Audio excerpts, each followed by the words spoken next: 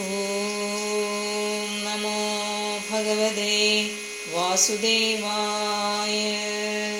പീഠോത്തരോഷ്ടോ ധര ഏവ ലോഭോ ധർമ്മസ്തനോ ധർമ്മവധോസ്യ പൃഷ്ഠം തസ്തസ്യ മേഢം വൃഷ്ണൗ ച മിത്രോ കുക്ഷിഃ സമുദ്രാ ഗിരിയോസ്തി സംഘാഃ തദ്യോസ്യ നാഢ്യോധ തരൂരുഹാണി മഹീരുഹാവിശ്യതനോർനൃപേന്ദ്ര അനന്തവീര്യാശ്വസിതം മാതരിഷ്വ വിധിർഭയ കർമ്മഗുണപ്രവാഹ ഈശസ്യ കേശാൻ വിദുരംബുവാഹാൻ വാസസ്തു സന്ധ്യാം ഗുരുവർയ ഭൂമ്ന അവ്യക്തമാഹുർഹൃദയം മനശ്ച സചന്ദ്രമാ സർവവികാരഘോഷഃ വിജ്ഞാനശക്തിം മഹിമാമനന്തി സർവാത്മനോ അന്തഃകരണം ഗിരിത്രം അശ്വാശുതോരുഷ്ട്രഗജാനഖാനി സർവേ മൃഗാ പശവശ്രോണിദേശേ വയാംസി തദ്വ്യാകരണം വിചിത്രം മനുർമനീഷാ മനുജോ നിവാസ ഗന്ധർവവിദ്യാധരചാരണാപ്സര സുരസ്മൃതിരിസുരാനീകവീര്യ ബ്രഹ്മാനനം ക്ഷത്രഭുജോ മഹാത്മാ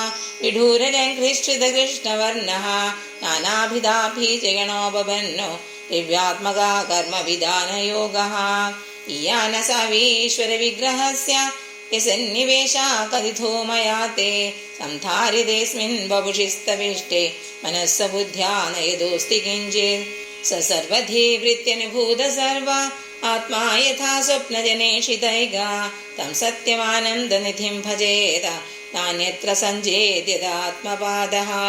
ഇതി ശ്രീമദ്ഭാഗവതേ മഹാപുരാണേ ദ്വിതീയസ്കന്ധേ മഹാപുരുഷസംസ്ഥാനുവർണ്ണനേ പ്രഥമോऽധ്യായഃ. സർവത്ര ഗോവിന്ദനാമസങ്കീർത്തനം. ഗോവിന്ദ ഗോവിന്ദ.